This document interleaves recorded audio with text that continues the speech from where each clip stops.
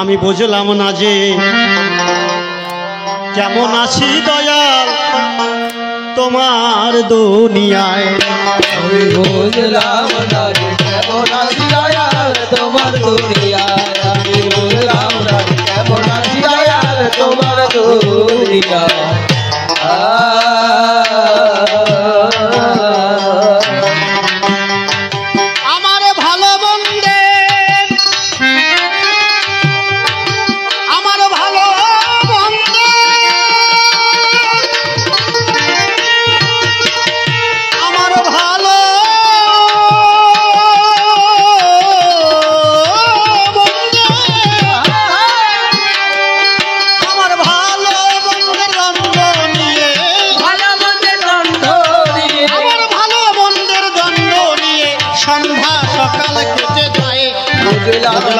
কেমন আছি দয়াল তোমার দুনিয়ায়। আমি বুঝলাম না যে কেমন আছি দয়াল তোমার দুনিয়ায়।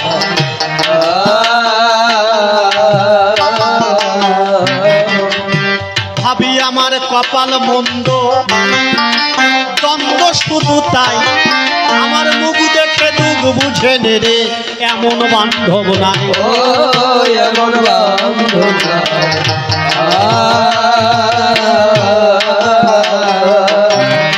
আর ভাবি আমার কপাল মন্দ আর দ্বন্দ্ব শুধু তাই, আমার মুখ দেখে দুঃখ বুঝে নেরে এমন বান্ধব নাই। ও এমন বান্ধব নাই।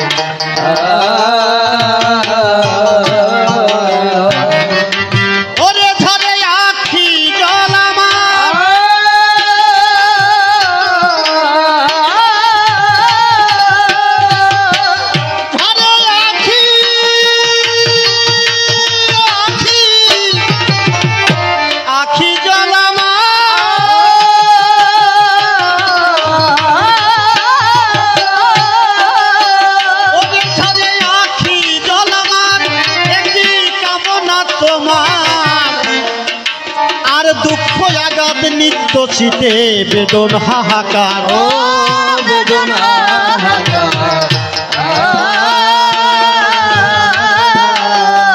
আমি বুঝতে নারী লীলা তোমার, বুঝতে নারী লীলা, আমি বুঝতে নারী লীলা তোমার, বুঝতে নারী লীলা, আমি বুঝতে নারী লীলা তোমার, কান্না হাসি দোলায়। বুঝলাম না রে কেমন আছি দয়াল তোমার দুনিয়ায়। আমি বুঝলাম না রে কেমন আছি দয়াল তোমার দুনিয়ায়।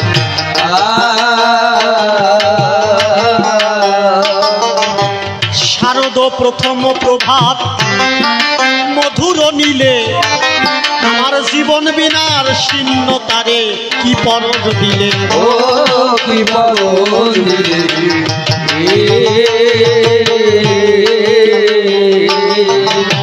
শারদ প্রথম প্রভাত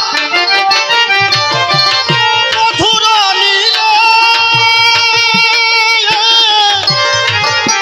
জীবন বিনার শীর্ণ তারে কি পরজ দিলে। ও কি পরজ দিলে।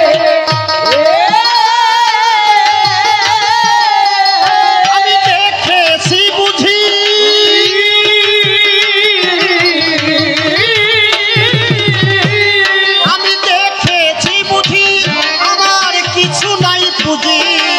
শুধু ভাবের ঘরে জাগর কাটি তুই আঁকি মুজি। ও দুই আঁকি মুজি।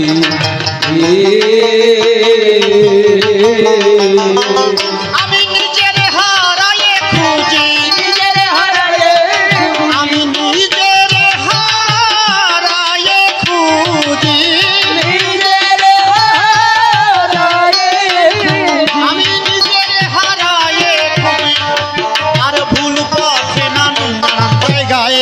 বুঝলাম না রে কেমন আছি দয়াল তোমার দুনিয়ায়। আমি বুঝলাম না রে কেমন আছি দয়াল তোমার দুনিয়ায়।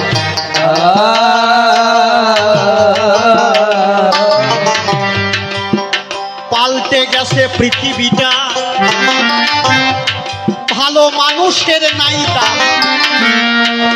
আর জীবন দোলায় দোলে নায়ার অশ্রু রক্ত ঘাম ও অশ্রু রক্ত ঘাম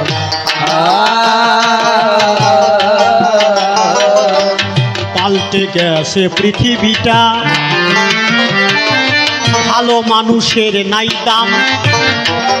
আর জীবন দোলায় দোলে নায়ার অশ্রু রক্ত ঘাম ও অশ্রু রক্ত ঘাম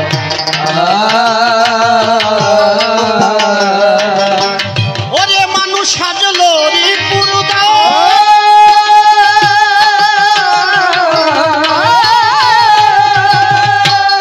ও মানুষ মানুষ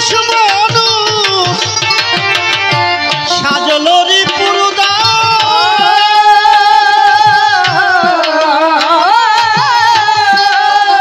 মানুষ সাজলো রে পুরুদা ঘটাচ্ছে বিষম সর্বনাশ। আর জীবনেরও দলিল আছে মরণের উল্লাস ও মরণের উল্লাস দেখি তার মাঝেও তোমার প্রকাশ আর তার মাঝেও তোমার প্রকাশ আর তার মাঝেও তোমার প্রকাশ আলো কালো ইশারায় বুঝলাম না রে কেমন আছি দয়াল তোমার দুনিয়ায় আমি বুঝলাম না রে কেমন আছি দয়াল তোমার দুনিয়ায়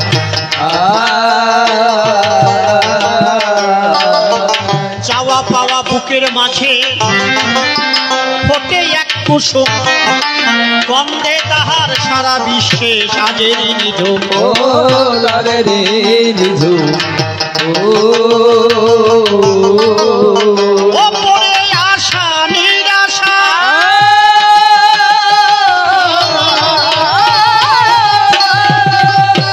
পরে আশা আশা আশা নিরাশা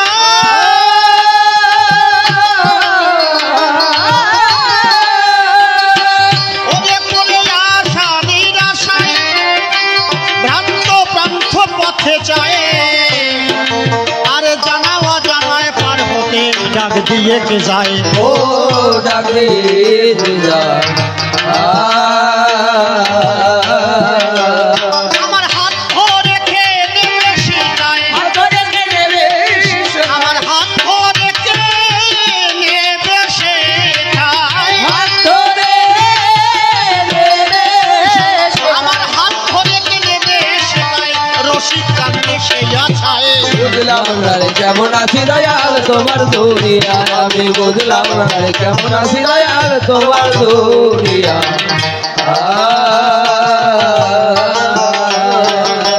নারদ মুনি নামটি নিয়ে সভাতে দাঁড়াই কিছু প্রশ্ন করে গেলাম ভগবানের ঠাই যেভাবে প্রশ্ন পত্র সভায় করলাম দান এক এক করে ধরে ধরে তার প্রিয় সমাধান অর্জুন যখন যুদ্ধ করবার তরে দেখো যায় যুদ্ধক্ষেত্রে অর্জুন দাঁড়ালো কথায় ধনুর্বাণ নিয়ে যখন যুদ্ধ করতে যায় বিপক্ষে তাকিয়ে দেখে মিথ্যা কথা নয় আত্মীয় স্বজন গুরু যারা তারা দেখো রয় এদের বধ করে রাজ্য পাবার আশা মোটে নাই ধনুর্বাণ ছেড়ে দিয়ে অর্জুন রথে দেখো বসে পড়ে কি ঘটনা ঘটেছে আমি বলিব আসরে তখন ডাক দিয়ে ভগবান ডাক দিয়ে কয় যুদ্ধ কেন করবে না অর্জুন বলো এই সময় বলছে আত্মীয় স্বজন বধ করে আমার রাজ্য পাবার ইচ্ছা নাই এই জন্য ধনুর্বাণ ছেড়ে দিয়েছি জানাই ইচ্ছা নাই বলছে যুদ্ধ করবা নাই আমি বলি তোমার ঠাই আরে যুদ্ধ করে মেরে রেখছি বলি যে তোমায় এই স্মরণ না দিয়ে দেখো ওই যুদ্ধের কথা কয় যুদ্ধ করে রাজ্য পাবার আশা থাকে না তোমার স্মরণ না দিয়ে রাজ্য লোভের আশা দিলে কেন ব্যাখ্যা করে বোঝাই তুমি সত্য সবাস্থান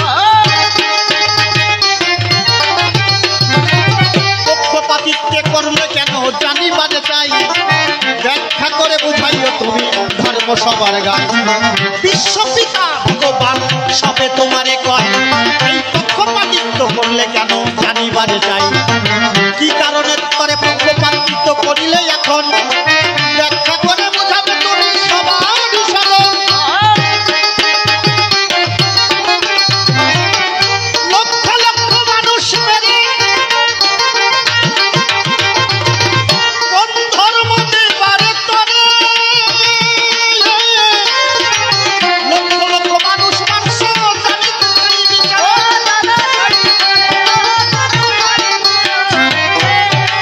শোনো শোনো শোনো তুমি আমার কথা লবে কোন ধর্ম প্রতিষ্ঠা করবার জন্য এমন কাজ করে ব্যাখ্যা করে বোঝাইও তুমি ধর্ম সবার গায়ে তবে আর বেশি কথাই আমি বলবো না আমার মতো ভাবের পালায় আমি ছেড়ে দিয়ে যাই এরপরে আসিবে দেখো শ্রীকৃষ্ণ কানাই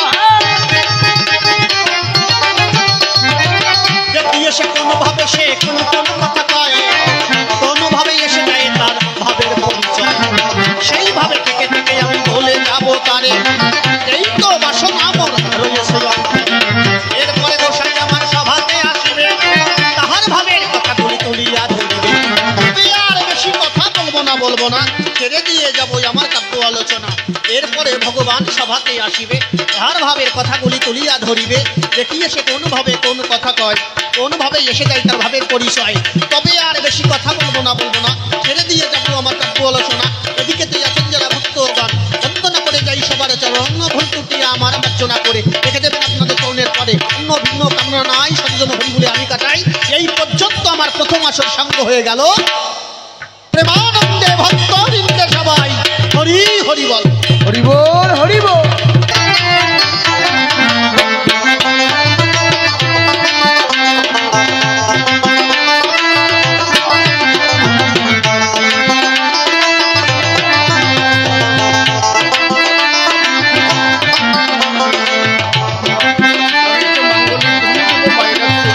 সবাই একটু হরিধ্বনি দেবে বলো জয় জয় পূর্ণ ব্রহ্ম শ্রী শ্রী হরি গুরু চাঁদ নিতাই গৌর রাধা গোবিন্দ প্রেমানন্দে হরি হরি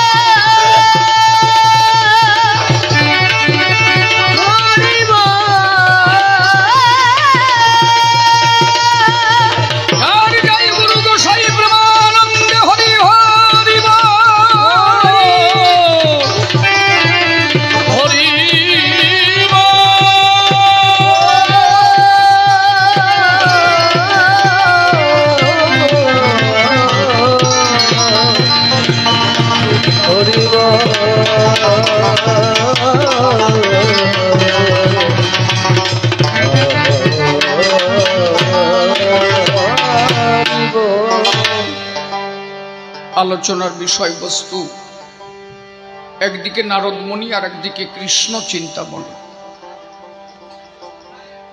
ভূমিকা বড় দামি কতটুক দিতে পারবো আমি না এইটি বিষয় প্রশ্নপত্র যেভাবে করেছে দাম দিতে হবে তার সমাধান আপনারা আশীর্বাদ করবেন সর্বজন আগে গেয়ে শোনাই ছোট্ট একটা গান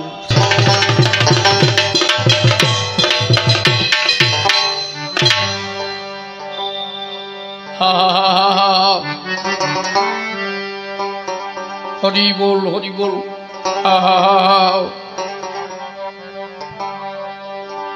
তোরা খে যাবি গৌর ঘাটে আয় চলে আলোচনা তো শ্রীকৃষ্ণ এবং নারদ ঋষি। আগে অঙ্ক কষে আমার তারকের একটা গান গাইছে নাকি।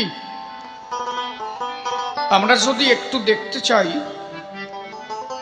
আমি দেখেছি কিছু কিছু কবিয়ালদের মুখে অশ্বিনী তারকের গান গাইলে তারা বলে যে এই পালার মধ্যে ওই গান কি করে গায়, ওটা মতু আগে গান। আরে আমার তারক যখন গান গাইছে বিজয় সরকার তখন খবরই নাই। তারক ঘোষার শিষ্যপুত্র ছিলেন মনোহর সরকার, মনোহরের শিষ্যপুত্র পাগল বিজয় সরকার। আর তারক গাইতো কবি গান, এই জন্য তারকের যত গান সব গান ধোয়া গান। বিজয়বাবু গান গাইতো, তার গান যদি ধোয়াই গায় তাহলে তারক যে সরকারি করতো তার গান ধোয়া গাওয়া যায় না। এ গাইলেই কয়জন কয় যে মতু আগে গান গায়। আসলে তোমার মতু আগে ভালো ঠেয় না, ব্যাপারটা হচ্ছে সেই জায়গায়। তুমি সবাইরে যদি সমান চোখে দেখতে তাহলে আমার তারকের গান গাইতে। তোরা কে যাবি গৌর ঘাটে আয় চলে, আয় চলে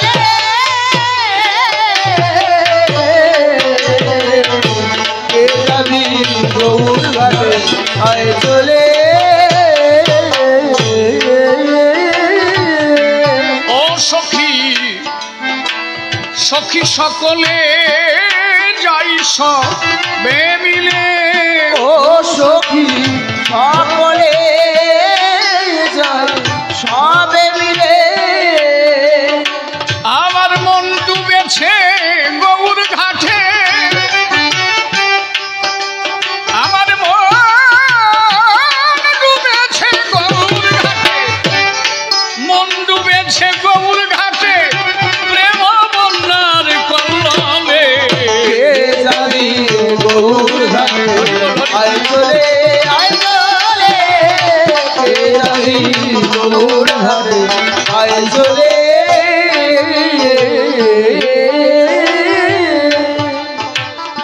যেদিন গৌর চাঁদ উদয় দেশে, গৌর প্রেমের বন্যা এসে, সুরধ্বনি যায় গো ভেসে, অদ্বৈত প্রেম হিল্লোলে।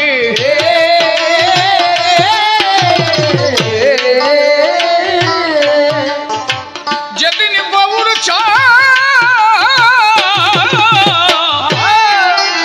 চাঁদ উদয় দেশে, ওরে গৌর প্রেমের বন্যা এসে, সুরধ্বনি যায় গো ভেসে, অদ্বৈত প্রেম হিল্লোলে।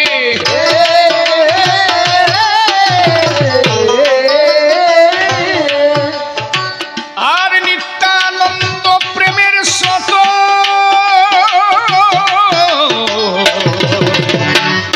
নিত্যানন্দ প্রেমের স্রোত বহিতেছে অবিরত, বহিতেছে অবিরত,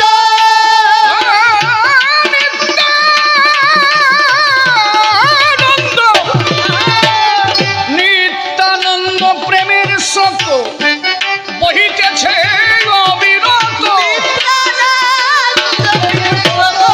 বহিতেছে অবিরত, ওরে দুঃখী তাপি ছিল যত, দুঃখী তাপি ছিল যত, ভাসাইল এক কাঁধে। কে যাবি গৌর হরি হরি ঘাটে, বল, আয় চলে হরি হরি বল, হরি বল, হরি বল, হরি বল। কে যাবি গৌর ঘাটে, আয় চলে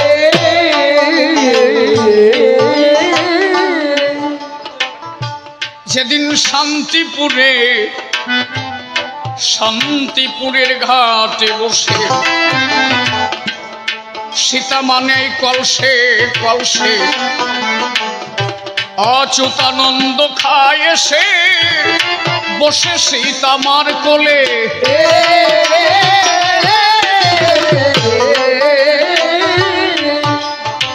যেদিন শান্তিপুরে, শান্তিপুরের ঘাটে বসে, সীতা মানে কলসে কলসে অচ্যুতানন্দ খাইয়েছে বসে সীতা মার কোলে।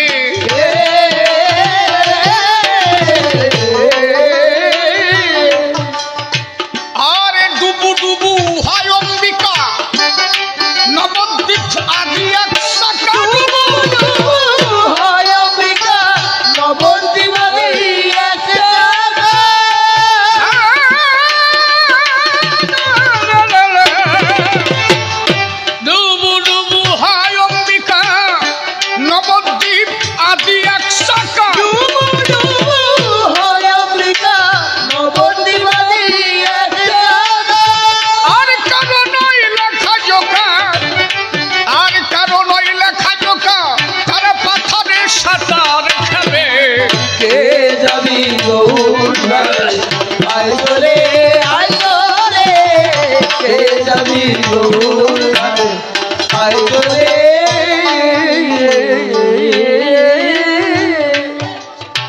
একদিন ঢেউ লেগে শ্রীবাসের বাড়ি উঠল তুফানে মটকা পুরি। শ্রীবাসের শাশুড়ি বুড়ি তারা সে পালায় ডলে।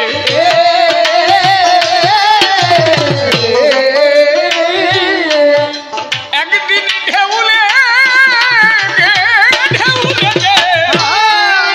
লেগে শ্রীবাসের বাড়ি আরে উঠল তুফান মটকা পুরি। শ্রীবাসের শাশুড়ি বুড়ি তোরা সে পালায় ডলে।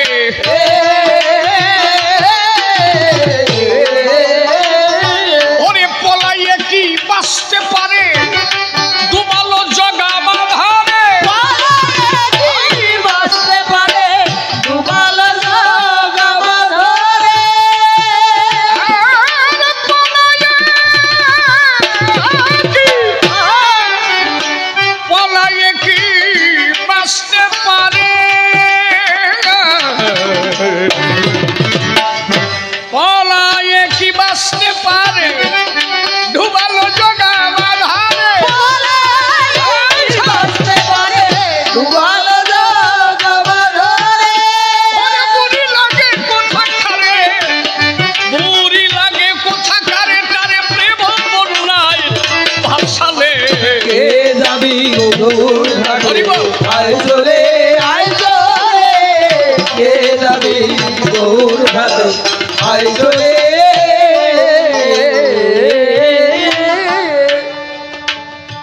একদিন পাক পরে কাটোয়ার ঘাটে প্রেম বন্যা উঠলে ওঠে। ওরে থেকে গোদাবরী তটে বিদ্যানগর ঢেউ খেলে।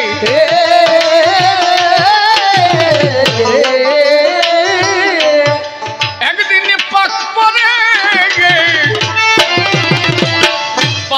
পরে কাটোয়ার ঘাটে প্রেম বন্যা উঠলে ওঠে। থেকে গোদাবরী তটে বিদ্যানগর ঢেউ খেলে।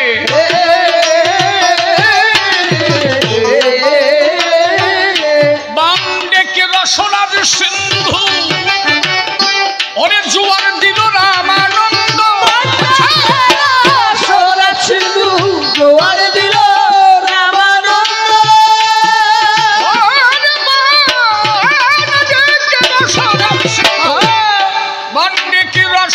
সিংহ জোয়ার দিল রামানন্দ।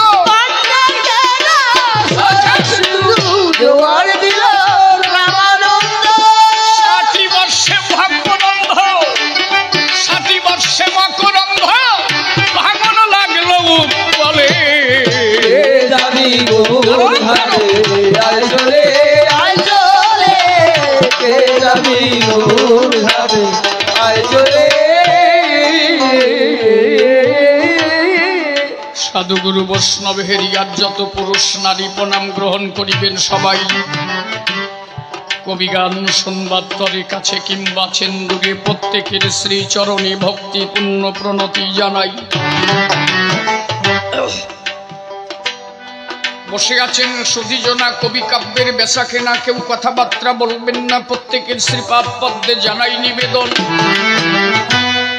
আজিকার আলোচনা বিশুদ্ধভাবে হবে, লেনা দেনা। একদিকে কৃষ্ণ অর্জুন, নারদ কৃষ্ণ, শোনেন জ্ঞানীজন। আমার তারক গান লিখলেন, তোরা কে যাবি গৌর ঘাটে আইছ, সখী সকলে যাই সবে মিলি। আমার মন ডুবেছে গৌর ঘাটে প্রেম বন্যার কল্লালে। বললেন যিনি গৌর প্রেম দিতে এসেছিলেন, গৌর প্রেমানলে যাদের মাতালেন, পরবর্তীতে সেই মহাপ্রভু হরি হয়ে ওরা কান্দি অবতীর্ণ হলেন।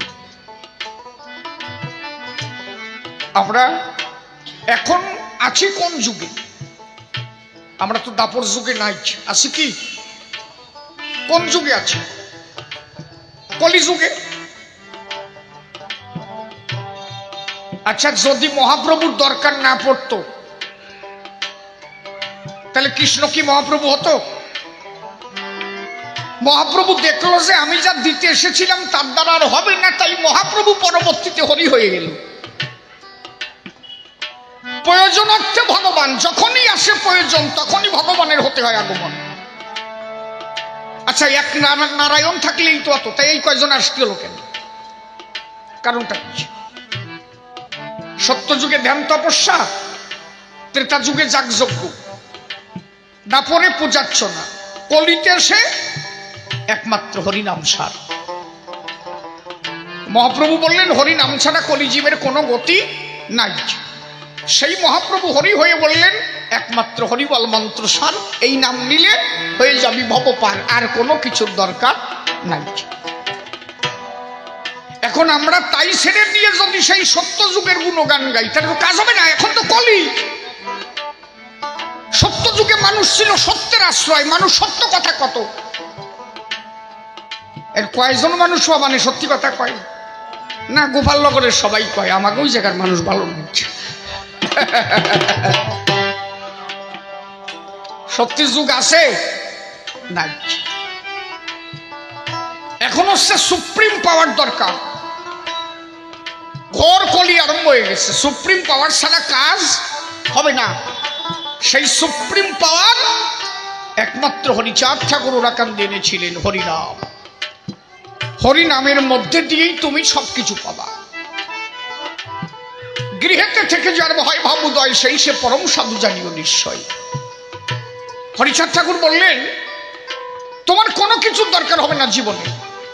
আরে পুরাণ কথা তুমি শুনে নে, অর্জুন কি করেছে, নারদ কি করেছে, কবানি রাত বড়িয়ে কবানি রাজ্য লাভ করিয়ে নেই, সিংহাসনে বসে করবা নাকি? নিজের গোয়ার যদি ওঠে, যা শুনলে কাজ হয় তাই শোনো। হরিচাঁদ ঠাকুর বললেন ভগবান পাইতে কোথাও যেতে হবে না, শুধু কয়টা কথা মেনে চল। মা বাবাকে ভক্তি কর, সত্য বাক্য রাখ, ইন্দ্রিয়গুলোকে জয় কর, সত্যবাদী জিতেন্দ্রিয় হইবে, যে না থাকুক ক্রিয়াকর্ম হরিতুল্য সেই। হরিচাঁদ ঠাকুর কখনো বলেননি নাই যে আমার ভজন পূজন করলে সে আমারে পায় না, বলছে আমার বসতে হবে না। সত্যবাদী জিতেন্দ্রিয় হইবে যেই, যে সত্য কথা বলবে, যে ইন্দ্রিয়গুলোকে জয় করবে, যে যার মা বাবাকে ভজন পূজন করবে, ভগবানকে ডাকতে হবে না, ভগবান তখন তার ঘরে গিয়ে হাজির হবে।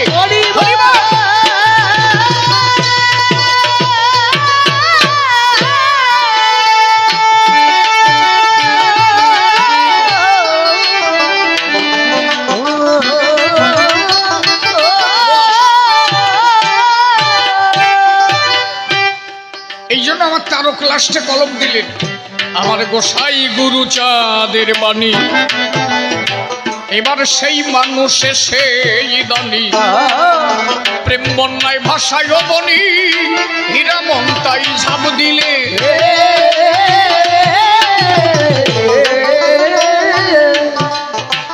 আমার গোসাই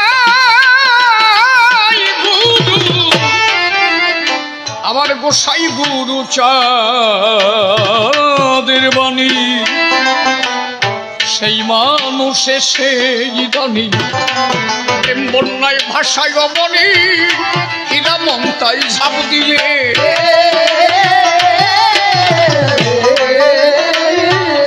ডুবলো গোলক চাঁদের তরি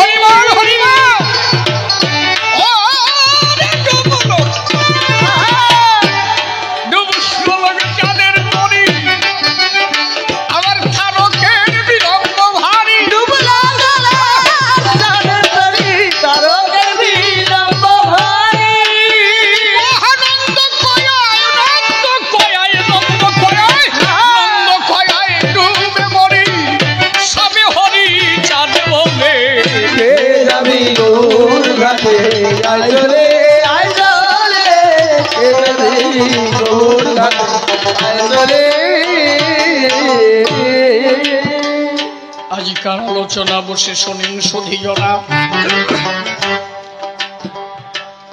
আমি সভা মাঝে কাল্পনিক ভূমিকাতে হলাম কৃষ্ণ ভগবান। আমারে পরিষ্কার কর না, জড়ায় যাচ্ছে মনে হচ্ছে।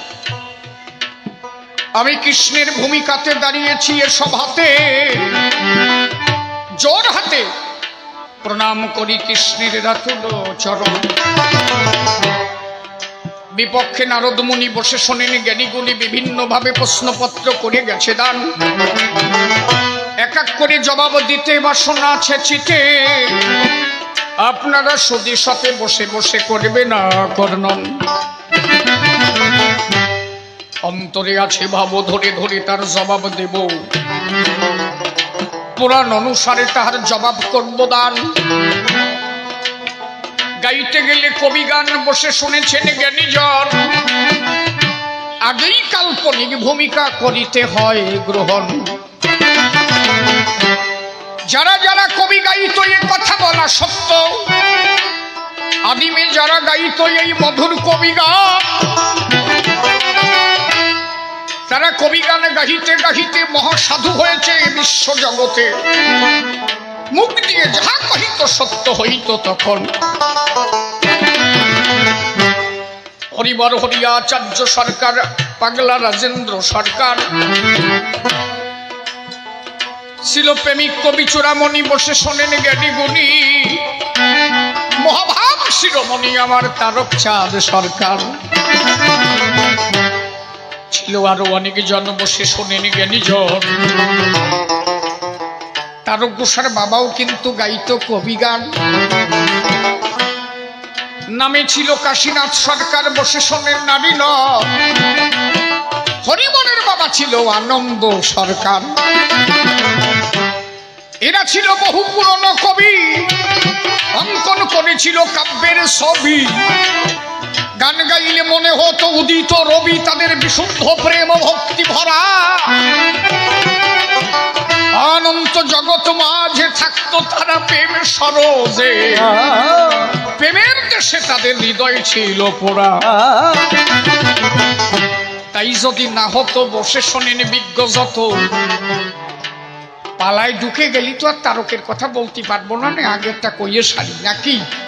আইসে গেছে যখন, মানে আমার আবার এ না বলতে পারলে যে ভালো ঠে, বিষয়টা হচ্ছে তাই আমি বর্তমান যাদের দেখে মানুষ হয়েছি তাদের কথা না বললে সুখ কি পাইছি। করণ এমন মানুষ বর্ত নিত্য মানুষের সাধনা, অনুমান কায়া শূন্য ছায়ার কেন করো ভাবনা। করণ এমন মানুষ বর্ত নিত্য মানুষের সাধনা। আরে আমার জীবনের ঘটনা শোনো, এ তো মানে বলা ঠিক না, তবু এর মধ্যে কিছু পাবা তাই করছি। আমাদের বরিশাল থেকে বায়না দিল, আমি বায়নায় গানে গেছি, প্রচন্ড গায়ে জ্বর, গা থরথর করে কাঁপছে। আমি সবে মাত্র বর্ডার পাস হয়েছি, আমি তার ওখানে বললাম যে বাবা আমার দ্বারা মনে হয় গান গাওয়া সম্ভব হবে না। তার আগের দিনে আমি বসিরহাট বর্ডার থেকে, গোজাডাঙ্গা বর্ডার থেকে ফিরে গেছি বাড়ি, গানে যেতে পারি না। গান হবে উত্তম পাগলের আশ্রমে, আমি যাই নাই বলে আঠু সমান কবর খুঁচিয়ে ওর মধ্যে ঢুকি আছে, আমি যদি না যাই ও আর ওই জায়গাতে বেরোবে না। আমি দেখলাম আমার জন্য কোনো হরিভক্ত কষ্ট পাবে হবে না, মরে যাই তাও যাবো। বনগা বেনাপোল পার হলাম, গাড়িটা আমার নিয়ে যাচ্ছে জয়পুরের লোহাগড়া থানা, ওই লোহাগড়া বাজারের উপর দিয়ে আমি যাচ্ছি। ওই সাডে ওই লোহাগড়া দেখে আমি ড্রাইভার বললাম দাঁড়া, এই যে আমার তারকের বাড়ি এই জায়গায়, এই লোহাগড়ার কাছাকাছি তো, জয়পুর কত দূর সন্ত, কাজে পাশের গ্রাম, আরে তা আমরা নিয়ে চল। আমি গেলাম, একটা কাপড় পরা আছে, তা তারকের ঘরে ঢুকেছি, ওই মন্দিরে তারকের একটা বিগ্রহ আছে, আর ওই লাঠিটা আছে, জুতো আছে, ছাতা আছে, ওই যে জুতো লাঠি ছাতা পাঠিয়ে দিছিল না সেইটা। তো এই বাড়ির শান্তিমা তার গোসার বর্তমানের যারা আছেন তার মধ্যে ওখানে একজন মা আছে, নাম হচ্ছে শান্তিমা। আমি ওখানে যাওয়া মাত্র ওনারা সবাই আসলো, তেমন বলো বাবা হারমোনি বাজে একটা গান গাও, আমাদের শরীরের অবস্থা ভালো না, কবি গাথি হবে। বলো ঠিক হয়ে যাবে, তারকের জায়গা আইসে তুমি বোঝো না, হে ভয় পাই। আমি বললো কি গাবো, কয়ে কেন আমার তারকের গান গাও। হারমোনি বাজায় গান ধরলাম, গৌর প্রেম লেগেছে জানে, গৌর প্রেম লেগেছে জানে। ওই গান আমার এখনো ফেসবুকে ছাড়া আছে। গান শেষ করে শান্তি মারে বললাম মা তখন যাই, বলে না তারকের বাড়ি কিছু না খেয়ে গেলি হয়। তাহলে কি রান্না আছে, বলে যা আছে তাই খাও। ভাত বেড়ে দিল, ওই ভাত খেলাম, ওই যে আমার জীবন থেকে জ্বর গেল, আর কোনোদিন জ্বর হয় নাই। এই জন্য বলেছি অনুমান কায়া শূন্য ছায়ার কেন করো ভাবনা, করো এমন মানুষ ভক্ত নিত্য মানুষের সাধনা। এখনো গেলে যেখানে দেখা যায় আমার তারকের সেই জুতো লাঠি ছাতা থুয়া, এখনো গেলে যে হীরা মনের বাড়ি দেখা যায়, এখনো গেলে তুমি জানো কানা লোচন ছিল, কানা লোচন যা শুনলে কাজ হবে তাই শোনো। এখনো সেই পুকুর দেখা যায়, আমি দেখেছি তো। কানা লোচনের শিষ্য বাড়ি থেকে নিমন্ত্রণ দিল, কানা লোচন বাড়ি আসতে হবে, বলে ঠিক আছে যাবো। শিষ্যরা করলো কি, একটা পুকুর কাটছে, ওই পুকুরে জল থাকে না, কয় বাউন ডাকিছে ওইটারে শুদ্ধ করবে পুকুর, বুঝলেন। তা ব্রাহ্মণরা শুদ্ধ করতে আসে, ওই পুকুরের মাঝখানে একটা ভিটে করেছে, এখন ওখানে শুদ্ধ হবে, ব্রাহ্মণরা এসে মন্ত্র করবে। কানা লোচন কানা, চোখে দেখে না, ঠাকুরের একনিষ্ঠ ভক্ত। তা শিষ্য বাড়ি আসছে, ওই পুকুরের মধ্যে ওরা ভিট কেটে রাখছে, শীষটা বেশি হয়ে গেছে, একটু শীষটা কমিয়ে দাও তো। ওই হি শীষ দিচ্ছে, মনে হচ্ছে বস্তা বসছে না, ওইটা একটু কমাও, ওই হি শীষ। তো ভিটের উপরে ওই জায়গাটা এবার ঠিক হয়েছে না, ঠিক হয়েছে তাই তো, ঠিক আছে। ব্রাহ্মণরা ওইখানে পুজো দেবে, ওরা ওই ফুল টুল দিয়ে টিয়ে সাজাইছে। কানা লোচন তো চোখে দেখে না, শিষ্যরা নিয়ে ঘরে রেখেছে, বাবা তুমি এখানে বসো, পুজো টুজো হয়ে যাক, প্রসাদ নিয়ে তুমি যাই। বলে ঠিক আছে। পুজো কখন হবে, কয় যে সাজানো চলতেছে। ব্রাহ্মণ ওইগুলো সাজায় টাজায় একটু হেঁটে আসছে, কানালোচন হাঁটতে হাঁটতে হাঁটতে হাঁটতে ওই পুকুরের ওই বিটের উপরে গেছে, ওই জায়গা যাইয়া প্রস্রাব করেছে। ওরা যেন পুজো দেবে ওই জায়গায় প্রস্রাব করছে। বাউন কয় যে দফা সারিছে, কিরম গুরুদেব বানাইছিস? আরে বিটের ঘরে যাইয়া মতলো কেন? কানালোচন কয় যে আমি চোখে দেখি না, আমি তো ভাবছি প্লেন জায়গা বাগান, কিন্তু তোরা এত জায়গা রাখিছিস করিয়ে সমান, এ সেটা তো আমি বুঝিনি। ঠাকুর মশাই কোনোভাবে কিছু করা যায় না? কয় যে হ্যাঁ, ও মন্ত্র দিয়ে ও মুখ দি বাণী পরিষ্কার করি, মন্ত্রের ঠেলায় মুখ পরিষ্কার হয়ে যাবে। ঠাকুর মশাই ঢুকে গেছে, আবার ওই তর্পণ টর্পণ করিয়ে গঙ্গা জল টল দিয়ে বিশুদ্ধ করিয়ে আবার পুজো আরম্ভ হবে। ঠাকুর মশাই ফুল জল আনতে গেছে, ওই কানালোচন আবার হাঁটতে হাঁটতে যাই ওর উপরে প্রস্রাব করেছে। বাউন কয় যে তোকে কপাল ভালো না, তোকে বাড়ির পুজো হবে না। এত বড় থার্ড ক্লাস গুরুদেব যদি করে, সেই বাড়ির পুজো খায় কোনো ভগবান? গণ গণ মতে কেন ওই জায়গায়? কানালোচন কয় যে শোন হে বাউন শোন, তুই চলে যায়, এই বাড়ির পুজো তোর করতে হবে না। এই বাড়ির মালিক হচ্ছে হরিচাঁদ, তুই আর মন্ত্র দিয়ে কতখানি পরিশুদ্ধ করতে পারিস বল দেখি। এখন শোন, তোর ওই মন্ত্রের দ্বারা কিছু হবে না, তবে কানালোচন মুতিয়ে ধুয়ে গেল, এই পুকুরের জল আর কমবে না। আমি কানালোচন, আমি যদি ঠাকুরের ভক্ত হই, এই যে মুতিয়ে ধুয়ে গেলাম, এই পুকুরের জল আর কমবে না। মনে রাখিস, যত গাছের পাতা পড়বে এই জল তত পরিষ্কার হবে। এখনো পর্যন্ত সেই পুকুরের জল পাতা সরাইয়ে খেতে হয়, ডাবের রসের জল, এখনো সেই জল মানুষে খায়। চলে গেছে কানালোচন, কথা তার রয়ে গেছে। এরা অসীম শক্তিধারী মানুষ ছিল এক একজন। লক্ষ্মী পাশা আমার তারকের কথা জানো না? আরে একতি গেলি শেষে পালা থাকবে না, আর আমারে আনলি এইসব পালা দিবা না, একটু ঠাউরির পালা দিবা, যাতে আমিও কইয়ে সুখ পাই। নাকি আমার আলো জন্ম ওই জায়গাতে, বোঝো না? ও গাতি গেলি ইয়ে চলি আসে আমার। রাখ, এবার পালাই যাই তো, যা তোরা মুতিয়ে তুটিয়ে আয়, যা কানালোচনের মতো তোরা এবার মুতিয়ে আয়, যা। সাধুগুরু বৈষ্ণবেরই আর যত পুরুষ নারী আবার প্রণাম গ্রহণ করিবেন সবাই। কবিগান শুনবার তরে কাছে কিংবা আছেন দূরে, যে যেখানে যে অবস্থায় অবস্থান করে, প্রত্যেকের শ্রীচরণে ভক্তিপূর্ণ প্রণতি জানাই। বিশুদ্ধ যে আলোচনা বসে শোনেন সুধীজনা, একদিকে কৃষ্ণ কেড়ে শোনা, আর একদিকে নারদ তপোধন। নারদ এসে সভা পাশে কথা বলেছে রসাবাসে, তুই তো অন্তরে করি ধারণা বসে শোনেন সুধীজনা, আমি আর শিশির সরকার থাকলাম না, এখন হলাম কৃষ্ণ ভগবান। নারদ এসে সভা পাশে কথা বলেছে রসাভাসে, তুমি জবাব করো দান। বলো দেখি সভা তলে, একটু তুমি বলো খুলে, অর্জুনকে রাজ্যের লোভ দেখাইয়ে কেন? তাই তো, তুমি তো চরণ তারে দিতে পারতে, কথা বলো সভাতে, তা না দেখাইয়ে রাজ্য লোভ তুমি দেখালে কেন? বলো দেখি সভাস্থান, জানতে চাই আমার মনপ্রাণ। ওই যে দুর্যোধন, দ্রোণাচার্য পিতামহ বিশ্ব একজন, এত বড় সাধুগুরু তারা ছিল, তাদের মরণবাণ তোমার হাত দিয়ে কেন গেল? তুমি কেন যুক্তি দিয়ে নিজের গুরুদেবকে করতে বললে নিধন? তোমার চরণ পেলেই হয়ে যেত, রাজ্যলোভ কেন দেখাতে হলো? এই কথা খুলে বলো, এইটা জানবার তরে সভা তল প্রশ্ন করেছে উত্থাপন। বসে শোনেন নারী নরে কথা বলি সভাধারে।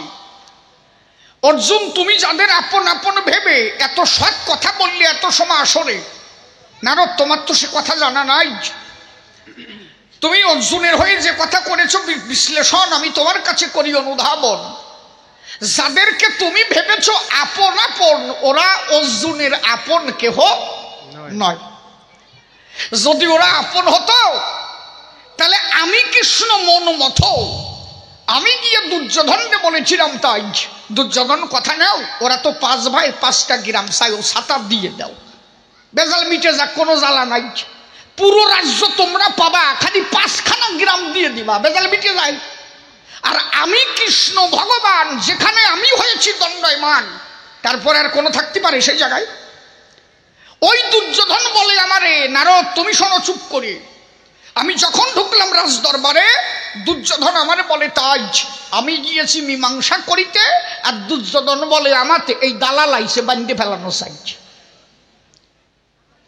আমি স্বয়ং ভগবান, ও আসলে তো আমার ভগবান কোনোদিন ভাবে নাই, ও ভাবে যে আমার বিয়ে নাকি, ও ভাবে যে আমার বিয়ে। আরে যার যার মন যেমন সে ভাবে তেমন। কেউ বিয়েরই দাদা কইয়ে ডাক দেয়, দাদা কেমন আছেন, যাই এই প্রণাম দেয়, দেয় না? আর বউ যদি সেই রকম বিয়ের কান্দে হাত দিয়ে কয় যে চলো, কত জায়গা যায়, সাটা দিয়ে আমার দরকার, কই বুড়ি বুঝে ফেলাইছে কলে যায়। হ্যাঁ, বিয়ে নলি মানে সেটা আলাদা ভাব। আর আমি আমার মারে দেখেছি, কি বলবো আপনাদের কাছাকাছি, আমার দিদির শ্বশুর যখনই বাড়ি আসতো মা টান টানই প্রণাম দিত, অন্তরে ভয় থাকতো, দাদা কইয়ে ডাকতো। মা ভাবতো তাই যদি কোনোভাবে বিয়েই কষ্ট পাইয়ে যায়, মায়ের কপালে কষ্ট আছে রে ভাই। চরণে প্রণাম দিত, চোখের জল সারিয়ে দিত। কি সত্যি না? সবার মন কি এক জায়গায়? আর কেউ ভাবে যে বিয়ে মানে কোলাকুলি ধরানুলি। কি খবর নারত্তরে?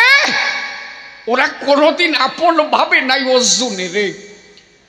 অজরা যদি আপন ভাবতো তাহলে 5খানা গ্রাম দিয়ে দিত, ভেজাল কি আর হতো?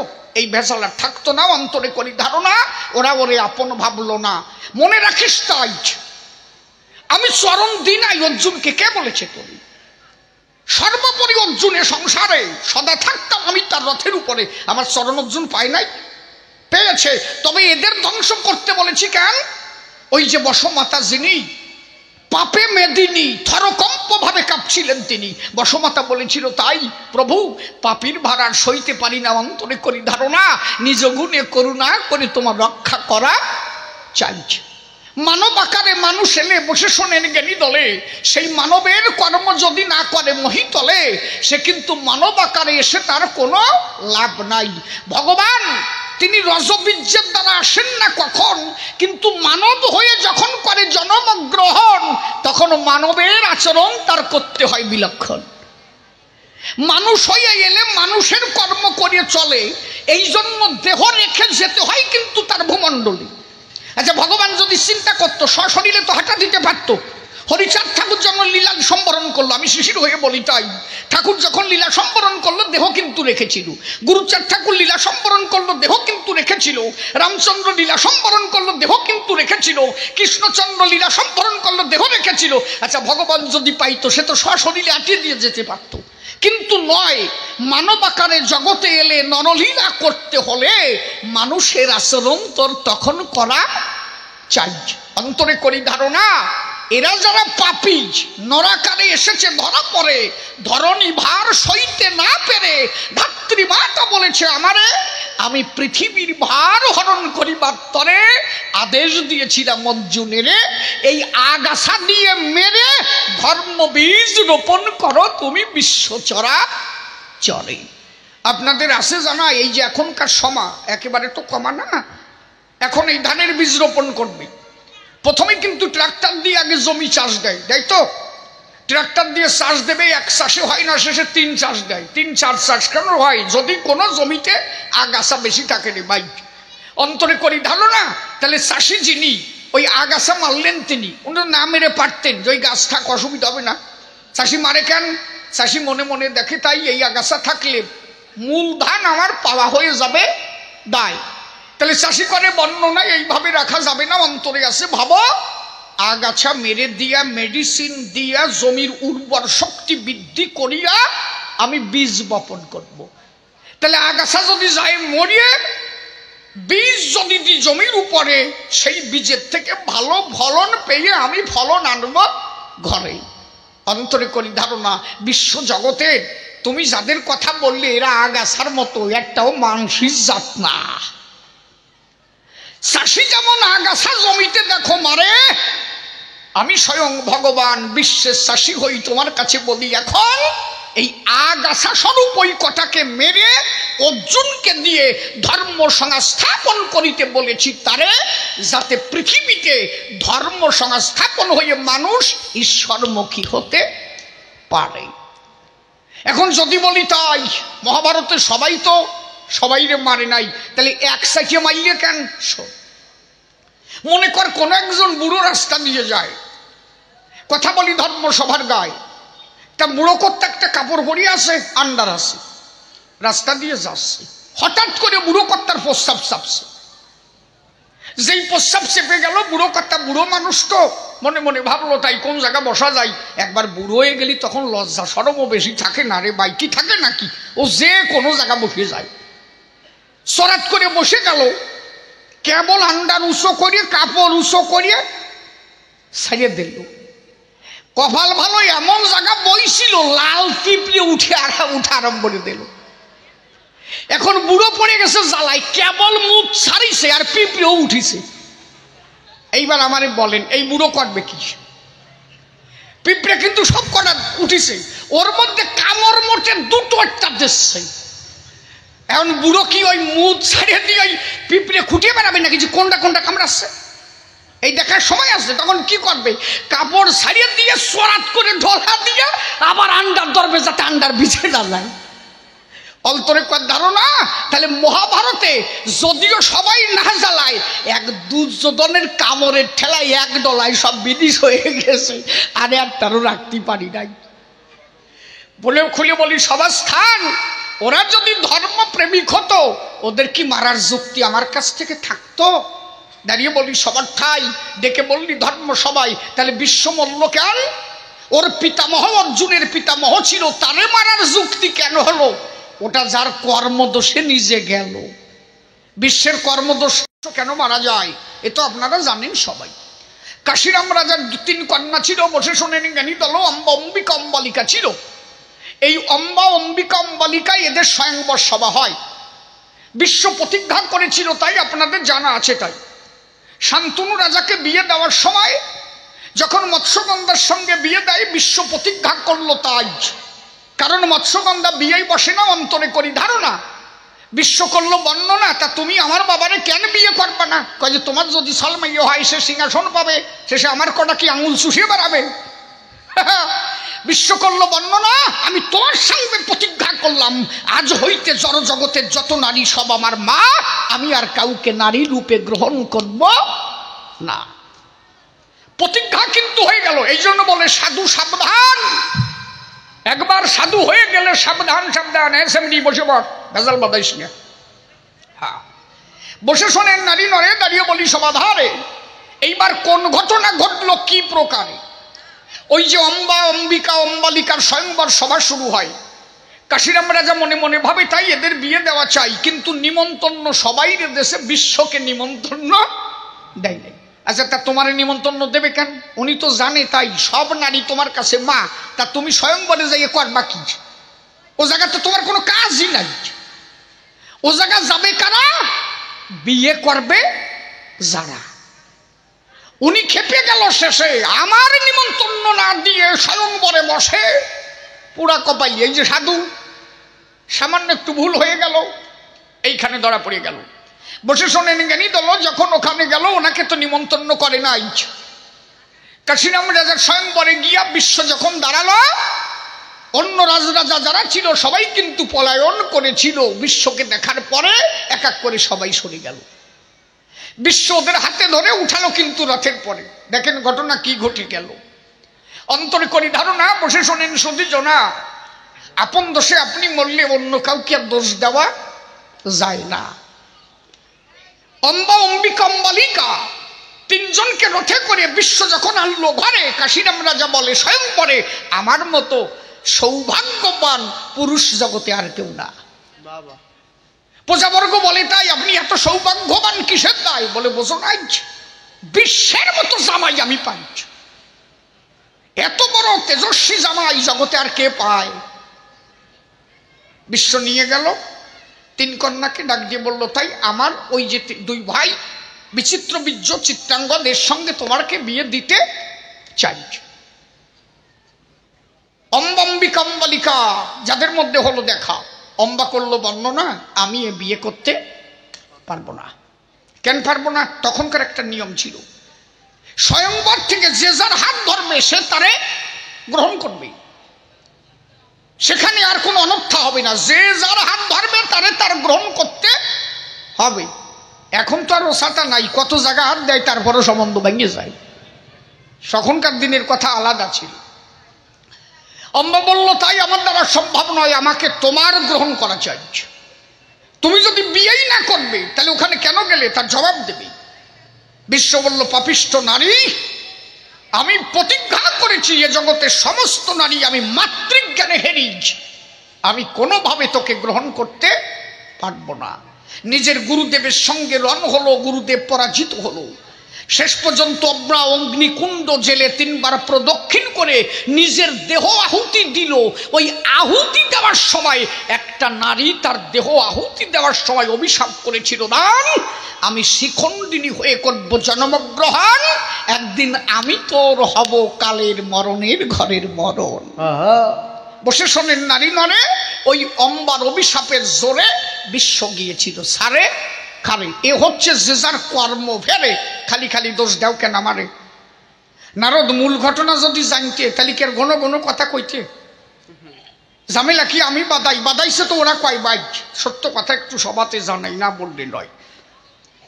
একদিন ভীমান দুর্যোধন এরা হচ্ছে 2 জন, একজন হচ্ছে কুন্তিপুত্র আর একজন গান্ধারীর নন্দন। এখন খেলার চলে, বসে শোনেন জ্ঞানী দলে গান্ধারীর ছেলে ওই যে দুর্যোধন, ও তখন ভীমকে ডেকে বলে পবনের নন্দন। যেই কইছে হাওয়ার বাচ্চা পবনের নন্দন, আসলে তো ভীম পবনের নন্দন। বসে শোনেন নারী নরে ওরা যে পঞ্চভাই এ সংসারে পঞ্চভূত থেকে জন্মগ্রহণ করে এ কথা তো মিথ্যা নয়। ধর্মরাজপুত্র যুধিষ্ঠির ছিল, এ কথা বলো ভালো। ইন্দ্রপুত্র অর্জুন, পবনপুত্র ভীম আর অশ্বিনী যুগ্ম নকুল সহদেব। তাদের দাঁড়িয়ে বলি সভাস্থান, বসে শোনেন জ্ঞানীজন।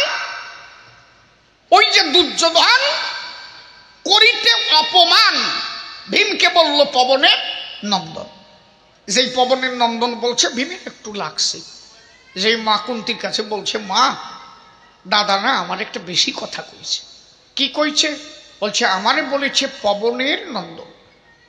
বলছে ঠিক আছে, এরপরে যদি তোমারে বলে পবনের নন্দন তুমি কবা ফাটার বাচ্চা। এই সুবেদাল বানাইছে এরপরে যখনই কবে তোমার পবনের নন্দন তুমি পরিষ্কার কবা লোক শালার পাঠার বাচ্চা। পরের দিন আবার খেলতে গেল, বসে শোনেন জ্ঞানী দল।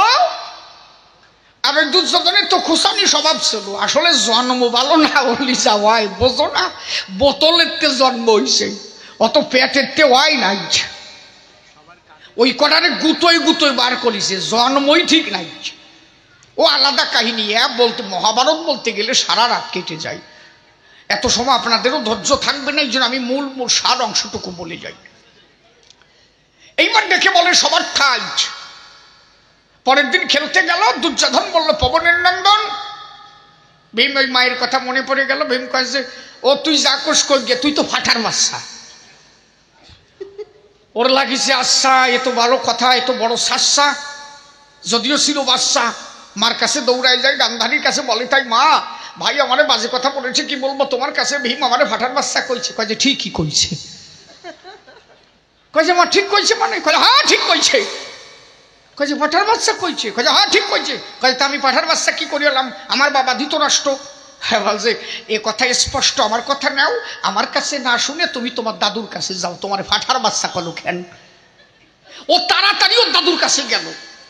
ওর দাদুর নাম ছিল সুবল রাজা, মনে পেল বড় মজা, তাই তো? গান্ধারীর বাবার নাম সুবল রাজা।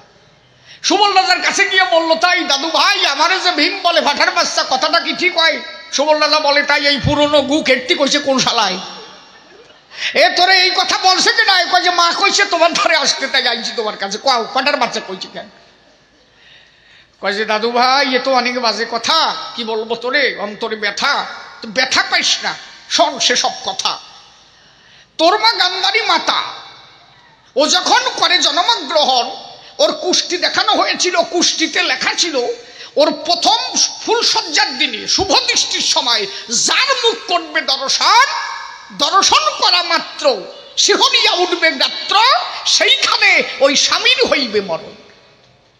মানে শুভ দৃষ্টিতে যার মুখ দেখবে সেই পুরা কপাইলে ওইখানেই সদ হয়ে যাবে।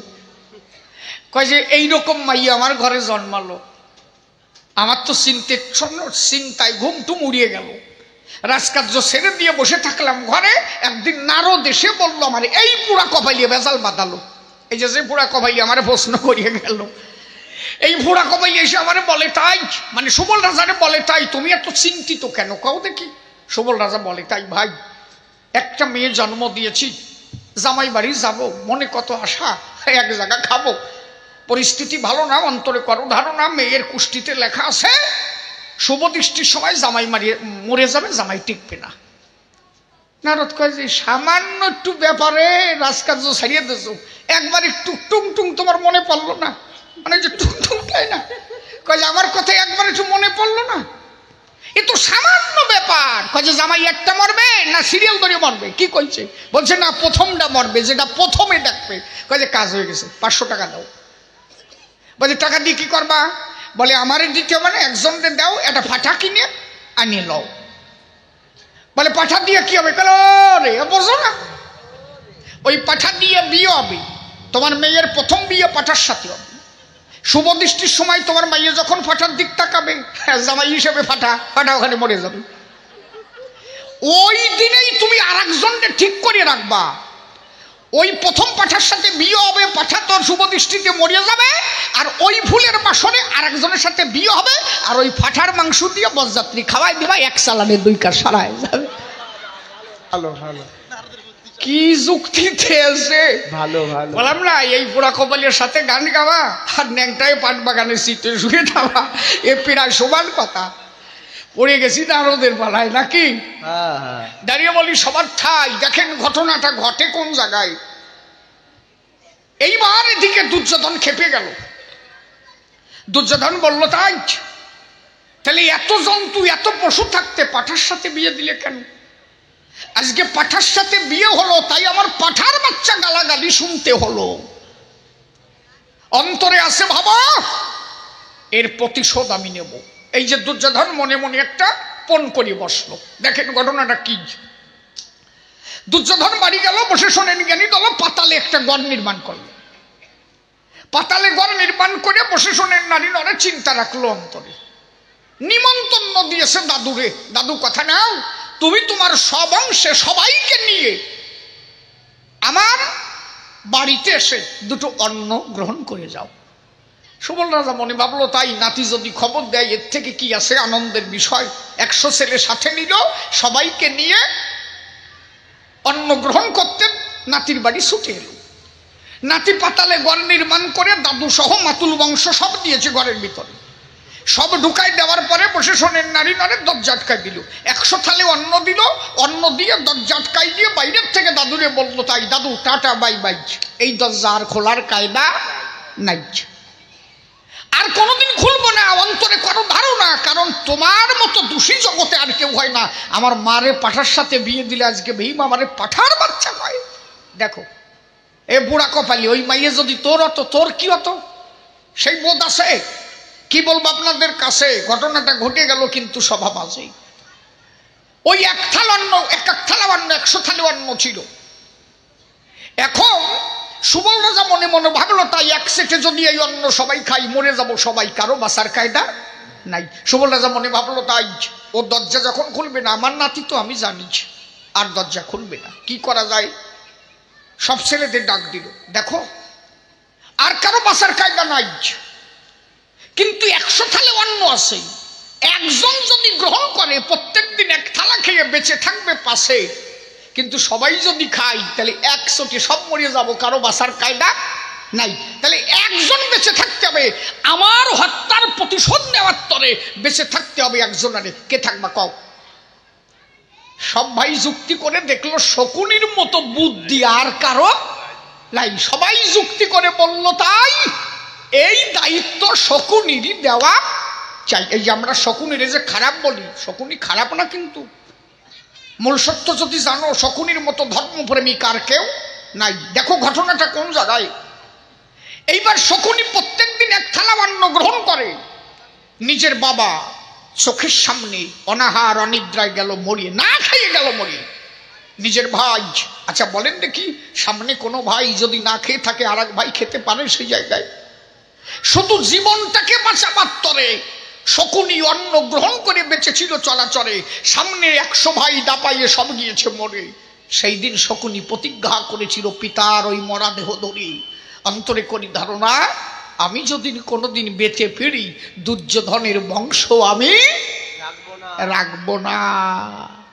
তাহলে একজন ভক্ত যদি চোখের জল ছেড়ে, কোন ভক্ত যদি চোখের জল ছেড়ে নিবেদন করে গোবিন্দের চরণ পরে, গোবিন্দ যদি সেই কথা না রাখে, তার মান্য থাকে কি সংসারে? নিজের বাবা মারা গেল না খেয়ে, ভাতৃ সব মারা গেল না খেয়ে, সেই মুহূর্তে ভক্ত যদি আমারে কয় আমি একদিন ওর সবংশে নিধন করতে চাই, আমি যদি সেই কথা না রাখি, তাতে ভগবান বলে মানে আমারে কোন শালায়? ভক্ত আমার মাতা পিতা, ভক্ত আমার গুরু, ভক্ত আমার নাম রেখেছে বাঞ্ছা কল্পতরু, ভক্তের হাতে প্রেমের ডুরি, যেদিকে ঘুরাই সেই দিক ঘুরি। ভক্ত আমারে খাওয়াইলে খাই, ভক্ত আমারে না খাওয়াইলে উপবাসী যাই। তাহলে শকুনির কথা রক্ষা করিতে আমি বলি তোমাদের সভাতে সবংশে ধ্বংস হয়েছিল জগতে। অন্তরে করো ধারণা, এর একটার কারণের সঙ্গে আর একটা কারণ যুক্ত। খালি খালি আমারে নারদ দোষ দিয়ে না। সুবল রাজা মরার আগে বলেছিল তাই আমার হাত দিয়ে পাষাণ নির্মাণ করা চাই। আমার হারে ওই সুবল রাজার হাত দিয়ে পাষাণ নির্মাণ হয়েছিল, ওটা কালের পাশা ছিল। কারণ যে ঘটনা দুর্যোধন ঘটালো, এরপরেও বেঁচে থাকার অধিকার আছে নাকি এ দরায়? তাহলে আমি বলি সবার ঠাই জাগতিক জগতে চলতে গেলে, নরাকারে আসতে গেলে, নরলীলা করতে গেলে সেই নরের মতো আচরণ তার করতে হবে ভাই। অন্তরে করি ধারণা, আর মূল সত্য যদি তোমারে বলি তাহলে তুমি ব্যথা পাবা না। নারদ, সব কথা তো তুমি জানো। অবিনাশী দূত বিদ্ধি সর্ববিদ অন্ততমা বিনাশব ব্যয়স্য ন কচ্চিৎ কুট্ট মুহূর্তি। আত্মার বিনাশ হয় না। তুমি আত্মীয় বর্গ বলো জানে, শুধু দেহটাকে দর্শন করি, ভিতরের সত্তাটাকে তো তুমি দেখো নাই। কে তারে মারে? সে জলে ডোবে না, আগুনে তারে পোড়ানো যায় না, তারে কাটা যায় না। অন্তরে করি ধারণা, আত্মার মরণ হয় না, শুধু দেহের মরণ হয়। দাঁড়িয়ে বলি সবার ঠাই ওরা যারা দেহ ধরিয়ে দাঁড়ায় আছে, তারা মূলত আত্মাকে মরার ক্ষমতা কারো নাই। তাহলে ওরা যদি প্রকৃত তোমার আপন হতো, তাহলে একদিন তোমাকে, এই ওরা যদি প্রকৃত আপন হতো, অর্জুনকে ওরা কাছে নিত। মূলত ওরা অর্জুনের কেউ নয়। আপনি যদি মনে করেন তাই আমার ছেলেটা আমার পাশে বসে গান গাই, ও আমার আপন মানুষ নয়, আমার ছেলে আমার পাশে গান শোনে, ও আমার আপন নয়। আপনি ওরে কতটুক চেনেন? এই যে আমার তোষারের মাইয়ে, আপনারা চেনেন বোধ হয়, আমার তোষার, ওই যে পাল্লা, আমার শিষ্য ছল, ওই জন্য মেয়ে। এখন তোষার যদি বলে তাই মেয়ে আমার, ও আমার মেয়ে, আমি ওর সবটুক চিনি। ও যে ওর কিচ্ছু চেনি না, তো সেইটুকুই বোঝে নাই। চিনি শুধু দেহখানা, দেহটা তোমার চেনা কেন? তৈরি তো তোমার দ্বারা। মায়ের 4, পিতার 4, গুরুর দেওয়া 10, 18 বোকাম তত্ত্বে ফেরে মহারস। যেই 18 তত্ত্বে দেহ হয়েছে বস, ওর দেহটা চিনি, কিন্তু ওর মধ্যে যে আত্মা, আমি কি ওইটাকে জানি? কে কথা কয়? আমি ছোট্ট একটা ঘটনা বলি, সভ্য সবাই শিশির হয়ে বলি, কারণ এই পালায় ঢুকেতে কথা সাজে না। হরিচাঁদ ঠাকুরের লীলায় ব্রজ পাগলার কথা জানা আছে কি? ব্রজ পাগলা, এই যে ব্রজ পাগলাকে ওর দাদা যখন মেরেছিল, ব্রজ পাগলার দাদা যখন আঘাত করলো, বসে শোনেন জ্ঞানী দল, হরিচাঁদ ঠাকুরের কাছে গিয়ে ব্রজ পাগলা নালিশ দিল, প্রভু আমি আর আসবো না। কেন আসবো না? বলে আমি তোমার কাছে এলে ওরা আঘাত করে আমার দিলে, কত যে মেরেছে আমারে, দেখো এই জায়গায়। ঠাকুর করলো বর্ণনা, তুই বাড়ি যা, ওরা যারা তোকে মেরেছে যে দেখ তাই, ওরা কিন্তু কেউ ভালো নাই। ব্রজ পাগলা ঘরে গেল, বসে শোনেন জ্ঞানী দল, ঘরে গিয়ে দেখতে পেল যে দাদা ব্রজ পাগলার গায়ে হাত দিয়েছিল, তার হাত ফুলে উঠেছে, পা ফুলে উঠেছে, কুষ্ঠ ব্যাধি হয়ে গেছে, ভালো নাই। ছোট ভাই এসে ধরলো ব্রজ পাগলার পায়, ভাই কোনোভাবে ক্ষমা করা চাই। ব্রজ পাগলা করলো বর্ণনা, আমি ক্ষমা করতে পারবো না, ও তো দোষ আমার কাছে করে নাই। আমি বলি তোর ধারে আমি যাই বলে হরিচাঁদের ধারে মেরেছে আমারে, মূলত দোষী আমি না, দোষী হচ্ছে আমার হরিচাঁদ গোসাই। ক্ষমা যদি চাইতে হয়, ও যেন বাবা হরিচাঁদের কাছে গিয়ে ক্ষমা চাই। ওইখান থেকে ওই যে বড় ভাই, যে ভাই হাত দিয়েছিল গায়ে, ও গিয়ে বললো বাবা হরিচাঁদের ঠাই, বাবা আমারে ক্ষমা করা চাই, ভুল করেছি আমি, রক্ষা করো আমায়। ঠাকুর করলো বর্ণনা, দোষী তো আমি না, আর আমার কাছে তো তুমি দোষ করো নাই, হাত দিয়েছো কি তুমি আমার গায়ে? বললো না। হাত দিয়েছো কারে?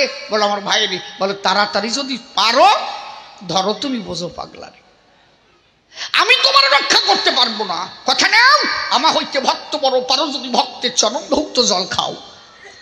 তোমার ওই রোগ সারতে পারে যদি তোমার কনিষ্ঠ ভাইয়ের পদধৌত জল তুমি গ্রহণ করতে পারো। ভক্তের চরণ ধৌত জলে তোমার কুষ্ঠব্যাধি সেরে যেতে পারে। অন্তরে করি ধারণা। বড় ভাই বললেন, ও আমার ছোট ভাই। বললো, এই ছোট ভেবেছো তাই? মূলত কে ছোট কে বড় তা তো তুমি বোঝো নাই। দাঁড়িয়ে বলি, সমাজস্থান যারে তুমি ছোট ভেবে করো অপমান, ওই আত্মা কতদিনের আত্মা, তোমার আগে জন্ম হয়েছে কিনা এ তো তুমি বোঝো নাই কখন। পিতার আগে পুত্রের হয় ভগবান দর্শন, হয় কিনা? আচ্ছা বলেন দেখি, আমার ধারে হীরামন পাগলা পেয়েছিল হরিচন্দ্রে, তার বাবা কি পেয়েছিল? অমন করে পাই নাই। তার মানে কি? পিতার থেকে পুত্র বড়। ওই পিতার ঘরে পুত্র হয়ে করেছে জন্মগ্রহণ। অন্তরে করি ধারণা, পিতাও কিন্তু পুত্রকে চিনতে পারে না, কারণ আত্মা সহজে তো আসে না। আত্মা একমাত্র পরমাত্মা করে অর্পণ। এই জন্য দাঁড়িয়ে বলি, সবার ঠাই ছোট ভাবলে নয়। সাধুগুরু মহাজন যারা কেউ কাউকে ছোট ভাবে না, তারা সবাইকে বড় ভেবে চরণ ধুলি হরি বল, হরি বল। এই জন্য দাঁড়িয়ে বলি, নারদ তোমায় এই ছোট বড় ভেদ বৈষম্য এগুলো আমাদের মধ্যে হয়। মূলত কথাই এই জায়গায় আত্মার কোনো মরণ নাই, দেহের বিনাশ হয়। তুমি ও যাদের আপন ভাবছো এরা কেউ আপন নয়, একমাত্র আপন যিনি পরম ব্রহ্ম হলেন তিনি। সময় থাকতে মানুষ যদি তার শরণ নেয়, একদিন মানুষ সেই পরম ধন প্রাপ্ত হতে পারেই ধরে। হরি বল, হরি বল। দিকে বলেছে তাই, তাহলে তুমি ভগবান পক্ষ নিলে কেন? এ মরো, কেনা পক্ষ নিতে গেছে?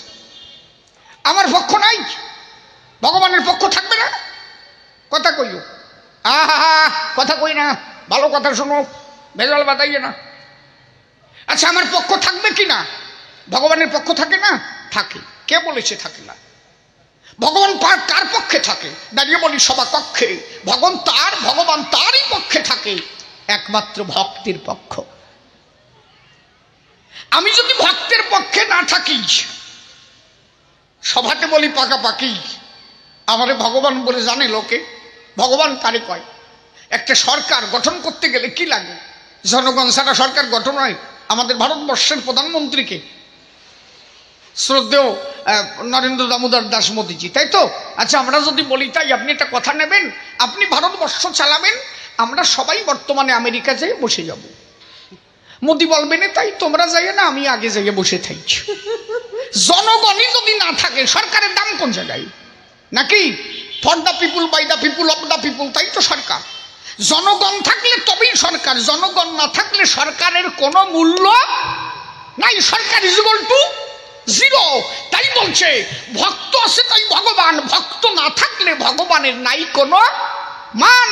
এই জন্য ভগবানকে বলা হয় শক্তিমান। শক্তি ইজ ইকুয়াল টু মান, তাই শক্তিমান। মান থেকে যদি শক্তি কেটে যায়, খালি মান পড়ে থাকে, মানের কোনো মূল্য থাকে না। তাহলে শক্তি হচ্ছে কারা? ভক্ত যারা। আমি বলি সবার ঠাই, আমি কৃষ্ণ ভগবান যেখানে ভক্ত, সেই পক্ষে হই অধিষ্ঠান। অন্তরে করি ধারণা, আমি অর্জুনের পক্ষে ছিলাম, কারণ অর্জুন আমার ভক্ত, যার কারণে তার প্রেমে আমি আসক্ত। আমি কোনোভাবে ভক্তকে ছেড়ে যেতে পারি না। যদি বলো কেমন ভক্ত, এইবার শোনো। এই যে দুর্যোধন আর অর্জুন দুইজন বসে শোনেন নারী নরে। দুর্যোধন এসে বলছে আমারে, আচ্ছা বিয়াই যুদ্ধ তো বেঁধে গেছে, তা তুমি কোন পক্ষে যাবা কদি আমার কাছে? আমি করলাম বর্ণনা, একদিকে তুমি ভগ্নিপতি, একদিকে ভগ্নিপতি, একদিকে বিয়াই, আমি আর কোন পক্ষে যাই? আমার আর পক্ষের দরকার নাই। বলো না, যুদ্ধ যখন বেঁধে গেছে কোনো পক্ষ চাই। তেমন আমার কথা নেও, আমি ভিতরে কপট নিদ্রা যাবো, তাহলে তোমরা দুইজন আমার কাছে আসো, এসে যাও। মনে আছে ভাবো, আমি কপট নিদ্রা যাওয়ার পরে চোখ মেলাইয়ে প্রথম দর্শন করবো যারে, আমি সেই পক্ষে সারথি হব, তবে যুদ্ধ করব না। অন্তরে আছে ভাবো আমি সেই পক্ষে দাঁড়াইয়ে রথের সারথি করব। ঠিক আছে। প্রথমে ঢুকেছে দুর্যোধন, বসে শোনেন জ্ঞানী জন। আমি ভক্ত পরীক্ষা করার জন্য হয়ে দিন অতি দৈন আমার চরণের কাছে একটা শিরা রেখেছি কুশাসন, আর আমার মাথার কাছে একটা রাজ সিংহাসন। আমি ভক্ত পরীক্ষা করব না? এইখানে ভক্ত পরীক্ষা হবে না? হয়। মনে করেন এখানে কোনো এমপি সাহেব আসলো, আপনারা এত ভক্ত বসে আছেন এই জায়গায়, আচ্ছা এমপি হলো কি করে? উনি যে এমপি হয়েছে কিসের জন্য? এই জনগণ ভোট দিয়েছে। তারপরে তাহলে জনগণ দিয়েছে ভোট, তাই তো নরে তোমার ঠোঁট। হ্যাঁ, তারপরে ভর্তি পড়ে কত ভালো ভালো কোট। এখন জনগণ যদি হরি বাসনে বসে হরি কথা শুনতে পারে, সে যদি এমপি হয়ে ভালো কৃষ্ণ ভক্ত কি হরি ভক্ত হয়, সেও কিন্তু বসে থাকবে না সিংহাসন পরে। সে মনে ভাববে তাই জনগণে বানাইছে আমারে, জনগণ থাকে যদি মাটিতে বসে চুপ করি, আমারও মনে আছে ভাবো একদিন আমারও সেই দেশে যেতে হবে, আমিও ভক্তদের সঙ্গে চরণ ধুলি নিয়ে যাব। হরি বল। যদি সেই এমপি তেমন হয়, আর এমপি যদি এই রকম ও যে করে করুক, গে দরকার নাই, আমি সিংহাসনে বসে তাই। আসলে উনি সেই কৃষ্ণ ভক্ত নয়। তাহলে প্রকৃত ভক্ত হলে সেও কিন্তু এসে বসবে ভক্তের চরণ তলে, তার আর সিংহাসনের কোনো প্রয়োজন নাই। আমি করলাম বর্ণনা, দেখি দুর্যোধন আমার কেমন ভক্ত আর অর্জুন আমার কেমন ভক্ত, পরীক্ষা না করে ছাড়ব না। পরীক্ষা করি মাত্রে আমি রাজ সিংহাসন দিয়েছি আমার মাথার সম্মুখ সমরে। ঢুকেছে দুর্যোধন। দুর্যোধন মনে মনে ভাবলো তখন আমি রাজা মানুষ, আমার জন্য রেখেছে রাজ সিংহাসন। সিংহাসনে বসে গেল, পায়ের কাছে ছিল কুশাসন। পরে ঢুকেছে অর্জুন, অনন্ত গুণ, নামেতে নিপুণ। অর্জুন মনে মনে ভাবলো তাই আমি তো জানি একমাত্র গোবিন্দের চরণ ছাড়া আমার কোনো গতি নাই। এই তো ভক্ত পরীক্ষা। অর্জুন মনে মনে ভেবে তাই বসে গেছে কুশাসন পরে, চোখের জল দিয়ে ছেড়ে গোবিন্দের চরণ ধৌত করে। আমি গোবিন্দ। নারদ তুই লক্ষ্য কর, কোন এক ভক্ত তার জুতোর ধুলো দিয়ে আমার মাথা দিচ্ছে ভরিয়ে, আর একজন ভক্ত তার চোখের জল দিয়ে আমার চরণ ধৌত করে। বল দেখি নারদ আমারে, এখন আমি যাবো কান্দারে? জিজ্ঞাসা থাকলো তোর ধারে, আমার বলতে হবে না, জবাব দিস তুই। একজন জুতোর ধুলো দিয়ে মাথা দিচ্ছে ভরিয়ে, আর এক ভক্ত চোখের জলে চরণ ধৌত করে। অন্তরে করি ধারণা আমি কৃষ্ণ ভগবান, এখন আমি কার কাছে যাব? ভক্তের পক্ষ না নিয়ে তো পারি না, তবুও করলাম চলো না। পিছনে কে কথা কয়, কথা যেন না বলে, কথা বলিস না। দাঁড়িয়ে বলি সবার ঠাই।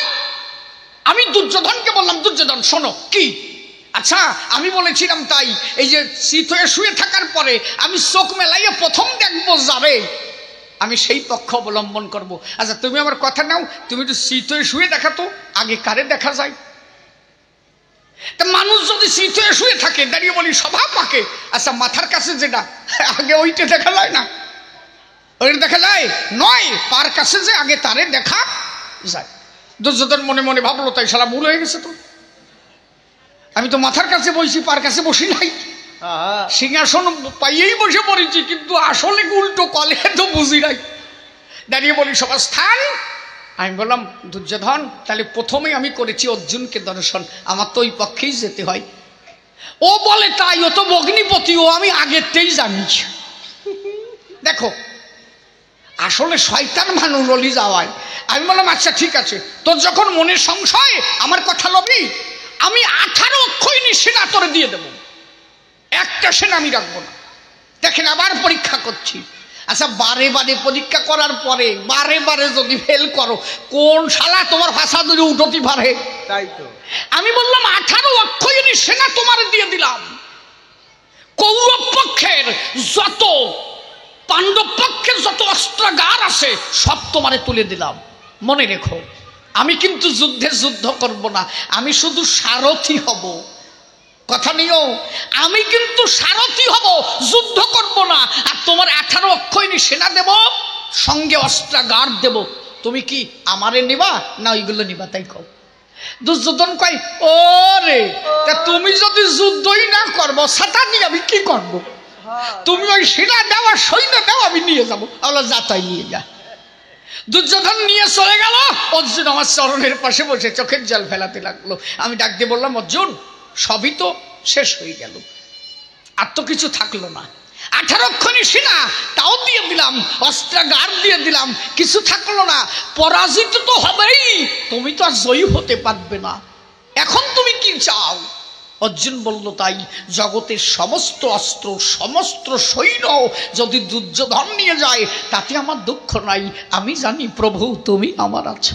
বাবা বাবা, আমি জানি তাই। তবে এই যুদ্ধে জয়ী হব আমি তা চাই না, অন্তরে করি ধারণা আমার জীবন যুদ্ধ শেষ হবার পরে যেদিন গিয়ে দাঁড়াবো ভবনদীর কিনারে, প্রভু তুমি আমার কথা নিও, সেই দিন তোমার চরণ তলে দিয়ে তোমার গোবিন্দ দেশে তুই আমায় টেনে নিও। তাহলে দাঁড়িয়ে বলি সবার ঠাই ভক্তর অধীন ভগবান। ভক্ত যদি চায় সেই পক্ষে আমি না থেকে পারি কৃষ্ণ রসময়। যাক, এইভাবে আর বলবো না।